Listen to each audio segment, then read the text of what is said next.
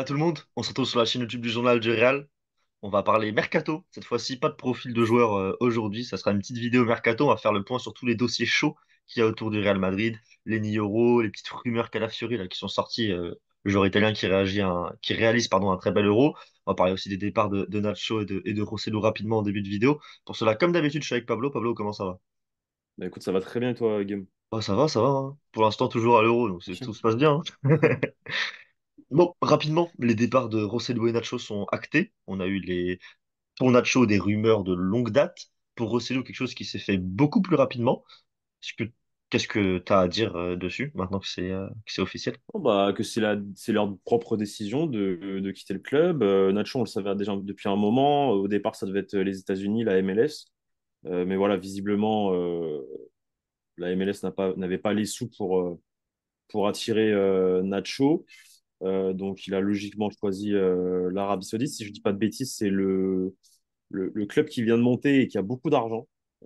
Je crois et qui a pour but d'être dans les 4-5 premiers du championnat saoudien. Et côté Joselu, bah écoute, on est pareil, hein, on est, je pense, sur le même principe. Joselu, lui, voit que ça va être compliqué pour lui les minutes la saison prochaine, qu'il a peut-être plus de grand-chose à apporter, même si moi, je pense qu'il avait encore des choses à apporter. Je pense que ça aurait été un profil intéressant pour le Real Madrid en sortie de banc. Maintenant, voilà, il a 33, 34 ans passés. Euh, je pense qu'il sent qu'il est sur la fin, qu'il a offert ce qu'il avait offert au Real, notamment cette Ligue des Champions, puisqu'il a marqué un gros doublé face au Bayern Munich au retour. Donc, que demander de plus pour un Canterano, voilà. Et puis, par prendre pareil, son chèque au Qatar, chose que tout le monde aurait fait, moi le premier. Ouais, puis Rosselló, il a une carrière quand même difficile, une carrière très différente de Nacho. Tu vois, Nacho, tu pouvais comprendre qu'il fasse pas le choix de l'argent parce qu'il a fait toute sa carrière au Real, ça fait 23 ans qu'il est à Madrid. Rosselló, c'est pas illogique, même s'il aurait, comme tu l'as dit, il aurait fait du bien dans la rotation offensive et ça aurait été un joueur d'expérience et un joueur, tu sais, ce qu'il apporte à partir du moment où il a du temps de jeu. Mais dans tous les cas, ces deux départs qui sont finalement assez logiques, ils partent au Mm. sommet. Rosselló a vécu son rêve cette saison. Nacho a été un pilier du Real Madrid sur beaucoup de points, même s'il n'a pas été un titulaire indiscutable pendant... Finalement, il était assez peu titulaire, mais il a été un pilier du Real Madrid et du vestiaire aussi, je pense. Et ces deux départs, du coup, qui, dans un sens, font un petit peu mal sur la profondeur d'effectif du Real Madrid, mais qui ont du sens et qui seront remplacés, dans tous les cas, visiblement Oui. puisque le départ de Nacho appelle une arrivée en défense centrale, jusqu'à preuve du contraire, et cette arrivée, Exactement. normalement, ce sera Lenny Yoro. Effectivement, Lenny Yoro, là, on est entré dans la phase finale du transfert de Lenny Yoro au Real Madrid. Le Real Madrid est parvenu à un accord de principe avec le défenseur central de Lille il y a de ça quoi, une semaine à peu près, même un peu plus. C'était le vendredi il y a 2 semaines exactement. Là, on est samedi. Ouais, non, non, il y a une semaine. Non, je me perds dans les dates. Je pense pour Ta. moi, c'est une C'était semaine, non? non, c'était il y a une semaine. Ouais. C'était vendredi dernier. Et il manque plus qu'à trouver un accord du coup avec Lille. Le Real Madrid est prêt à mettre 30 millions fixes sur la table et monter jusqu'à 45 millions avec des bonus. Donc, à voir si cette enveloppe de 30 millions fixes monte à 35 millions. À voir si au final ces 15 millions de bonus restent dans les négociations et ça monte finalement à 50. Bref, on verra. Mais voilà. Et en principe, ça devrait le faire. Lille va très certainement vendre parce que Euro est prêt à rester une saison de plus à Lille et signer ensuite au Real Madrid gratuitement. Je pense que bah, le LOSC ne peut pas se permettre. Donc voilà, faut vraiment souligner voilà, le travail de Juni Calafat qui a tout donné dans ces négociations comme d'habitude. Voilà, contact auprès du joueur, auprès de l'entourage, des agents, enfin, présentation du projet. Euh, on lui a dit de rester bien carré dans ses positions, de ne pas flancher face aux diverses offres qu'il pouvait recevoir du Paris Saint-Germain, de l'Angleterre ou quoi, que le Real Madrid allait être là, que c'était lui l'élu, entre guillemets. Et c'est ce que Euro a fait quand le Paris Saint-Germain et l'Angleterre est arrivé. Il a dit non, moi, ma décision, c'est le Real Madrid. C'est pour ça qu'ensuite, ils sont parvenus à un accord de principe et que là, bah voilà, là, on entre dans la phase finale. D'après Ramon Alvarez-Demon, d'ailleurs, l'accord est tout proche. Hein. Donc, bon, je pense que moi, je pense, j'ai pas d'infos, mais je pense que il sera officialisé la semaine prochaine, en milieu de semaine. Je pense. Le 2, 3, 4, 5, par-ci, par-là. Donc là, on se rapproche des fins de contrat, parce on est le 29 juin, c'est le 30 juin que prennent la fin des contrats des joueurs. Le 1er juillet, c'est l'ouverture du mercato partout, même si c'est un petit peu, c'est ouvert, je crois, en première ligue à partir du 9 juin, si je dis pas de bêtises. Même en France aussi, d'ailleurs, si je dis pas de bêtises, ça dépend des pays. En, Mais en Liga, c'est le 1er juillet. c'est le 1er juillet en Liga et c'est le 1er juillet partout, entre guillemets, officiellement, on va dire. Et donc, les choses vont s'accélérer dans tous les cas. À partir du moment où il y a un jeune joueur, il y a le Real Madrid qui vient toquer à la porte, il y a un intérêt mutuel qui se crée. Il reste plus qu'à se mettre d'accord avec Lille. Lille a les mains liées dans le dos parce que Lille ne peut pas laisser Euro partir gratuitement l'an prochain. Lille va devoir accepter un jour ou l'autre ce que le Real propose. Surtout que la proposition du Real n'est pas non plus ridicule pour l'instant. Donc, il y a pas, on va dire, un écart monstre entre la proposition du Non, je Real et pense ce que pas. Lille demande désormais. Donc, il n'y a pas de raison que ça se fasse pas dans tous les cas, pour le coup. Tu veux parler rapidement du dossier, enfin, des rumeurs qui sont sorties, pardon, sur Calafiori, vu qu'il n'y a pas vraiment de dossier. Non, mais Calafiori, c'est un joueur que le Real Madrid observe depuis pas mal de temps. Il est sur une liste de. C'est comme, enfin, tu sais, chaque équipe scouting a des listes de joueurs à observer chaque saison. Et Calafiori, c'est un joueur qui suit depuis déjà quelques temps. Et du coup, il garde un œil sur lui, forcément. Je pense qu'ils ont été impressionnés par les performances du joueur jusqu'à présent, parce que c'est un excellent joueur, il est très intéressant.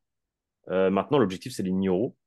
Et il n'y aura pas, en principe, comment dire, de mouvement pour un autre défenseur central cet été.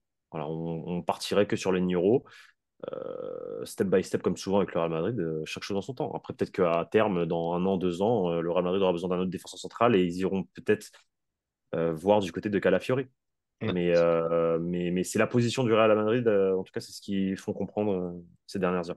Ah, parce qu'on Donc, on a du coup, déjà. la Gazzetta. Non, mais après, quand tu reprends l'information de la Gazzetta, c'était juste le Real Madrid observe Calafiori. Un œil Dans, dessus, dans le ouais. fond, dans le fond, ils ont raison. C'est la vérité. C'est juste qu'après, tu connais l'emballement médiatique, les gens parlent, et ça va vite.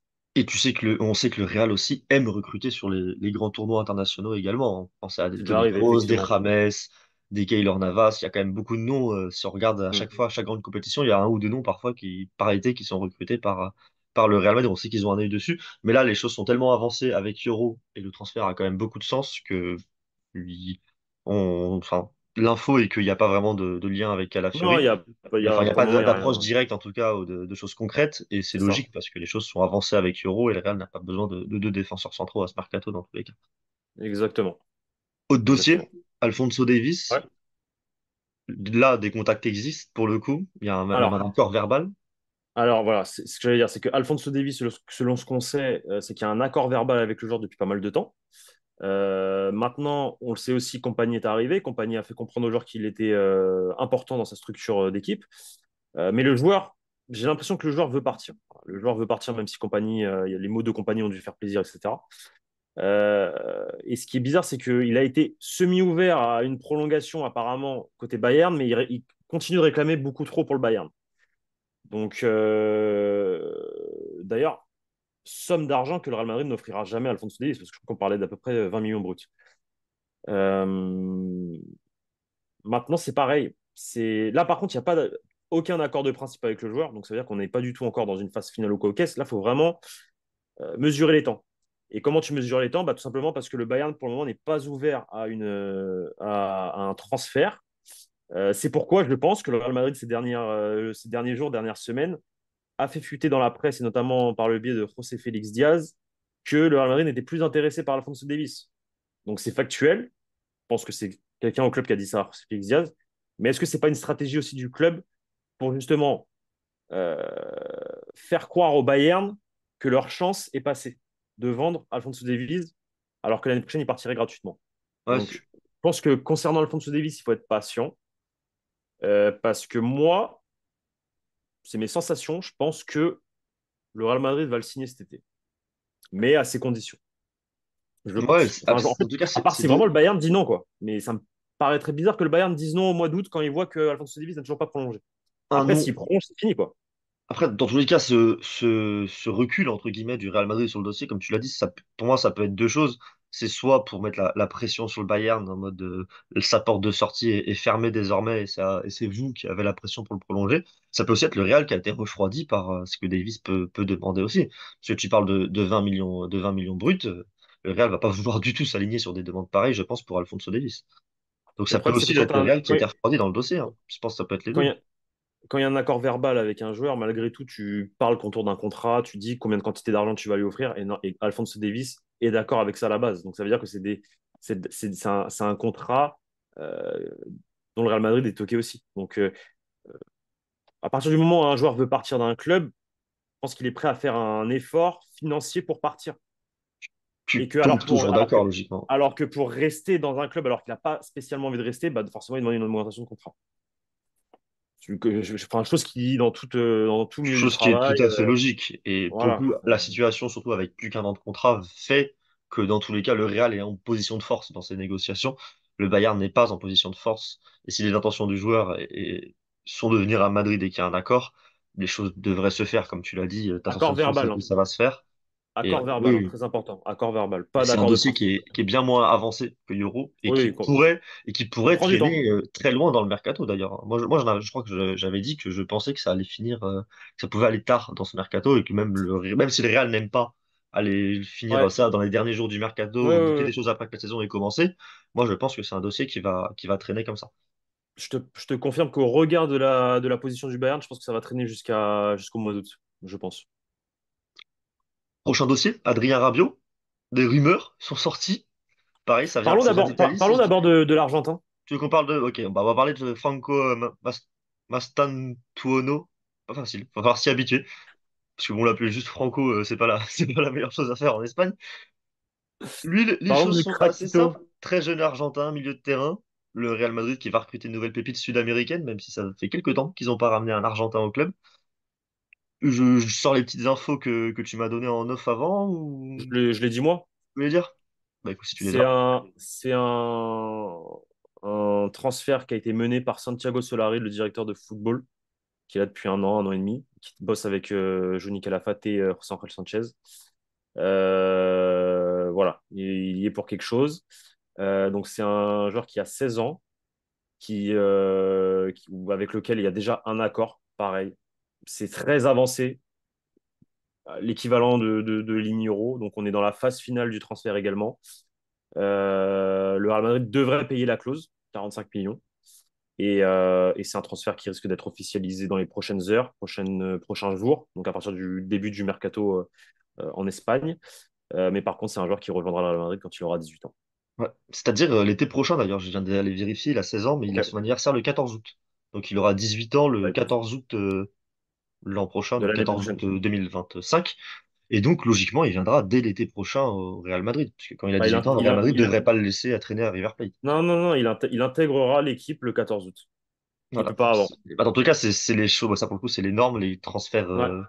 les transferts internationaux et surtout de continent à l'autre, c'est pas avant 18 ans. On l'a vu avec Hendrick qui arrive que cet été au Real Madrid. Vinicius, Rodrigo, tous. Ouais. Le Real Madrid est pour le coup un club qui a de bons exemples par le passé Ouais, c'est clair. sur C'est clair. cette loi. Adrien Rabiot, du coup, désormais, quand même, on va en parler un Ouais, petit peu. alors. Non, mais Adrien Rabiot, c'est dans la même veine que Calafiori. En plus, enfin, c'est le même quotidien, c'est la Gazzetta. Mais Adrien Rabiot, je pense que autant Calafiori, le Real Madrid l'observe, on va dire, autant Rabiot, ça me paraît bizarre. Déjà, moi, j'ai jamais eu écho d'un potentiel intérêt du Real Madrid pour Adrien Rabiot. Autant je peux vous confirmer Florian Wirtz, autant je peux vous confirmer que Barella, pareil, il garde un œil sur Barella.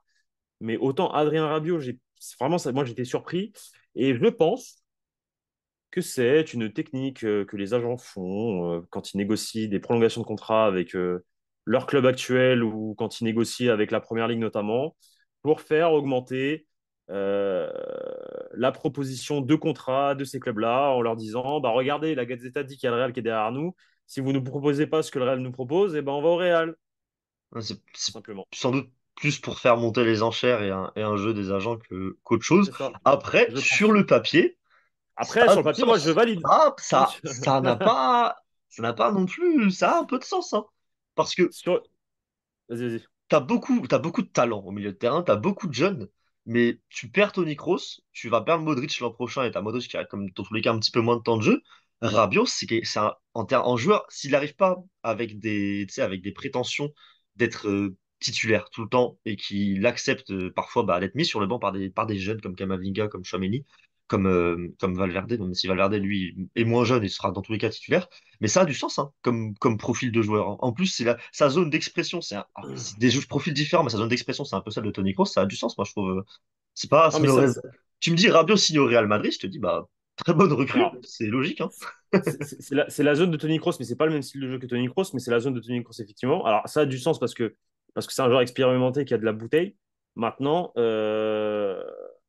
c'est pas dans la stratégie du Real Madrid de faire ça actuellement. C'est ça le truc. Mais Mais moi, personnellement, je validerais. C'est un joueur que tu récupères gratuitement. Tu lui payes une indemnité de prime à la signature. C'est, comme je vous ai dit, un joueur qui est expérimenté, qui peut apporter quelque chose. Moi, je pense qu'il pourrait s'intégrer parfaitement au Real Madrid. Je pense que le joueur, lui, serait aussi intéressé par signer au Real Madrid. Maintenant, ouais, voilà, ça fait pas partie de la politique de transfert du Real Madrid. Donc voilà, mais je pense que par exemple, pour Carlo Ancelotti, il dirait pas non. je pense Carlo aussi. Ancelotti ne dirait pas non. Il Connaissant l'a... Carlo Ancelotti. Est-ce qu'il l'aurait pas déjà entraîné, Carlo Ancelotti? À Non, je crois Everton. pas. Il a pas joué à Everton en finale Rabiot d'ailleurs, parce qu'il y avait des rumeurs à Ouais, l'époque. Tu sais qu'il y avait des ok, rumeurs, bon. je me rappelle des rumeurs à l'époque où il partait du PSG et Véronique Ah. Rabiot, il y avait des rumeurs sur Everton. Il a fait finir à la Juve au final contre toute attente. Mais je me rappelle de ces rumeurs de Rabiot à Everton. Et je me demande si c'est pas Carlo Ancelotti qui le voulait à l'époque à Everton, pour te dire. Je sais plus quelle Ah, année il peut-être, part ouais, du PSG peut-être. Rabiot.